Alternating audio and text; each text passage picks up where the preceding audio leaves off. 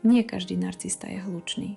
Niektorí sú tichí a práve preto si ich často mýlime s citlivými ľuďmi. V psychológii sa tomu hovorí zraniteľný, introvertný alebo tzv. Tichý narcizmus. Takýto človek môže pôsobiť hanblivo, dobrácky, zranene. A práve preto je ťažké rozpoznať jeho hru a snahu o manipuláciu.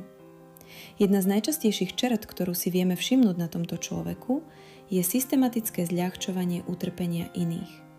Často hovorí vety typu čo ty, ale čo ja to mám horšie.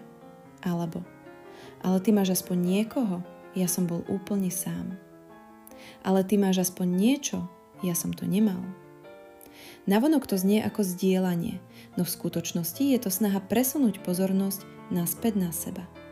Je to akoby neustála súťaž, kto trpí viac, ktorú tento človek chce vždy vyhrať. Ak žijeme dlhodobo v takomto vzťahu, učíme sa, že naše pocity či problémy sú menej dôležité. Ďalšou črtou introvertného narcizmu je potreba morálnej prevahy. Morálna prevaha je potreba cítiť, že ja som ten lepší človek. Človek si tým potvrdzuje vlastnú hodnotu a vníma sa ako niekto, kto stojí morálne vyššie než ostatní.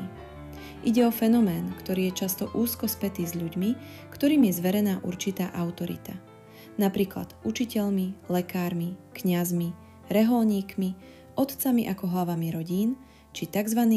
Matkami púku. Títo ľudia majú niekedy tendenciu uplatňovať svoju autoritu aj v oblastiach, kde už nejde o ich kompetenciu a kde ľahko sklznú k hodnoteniu všetkých a všetkého.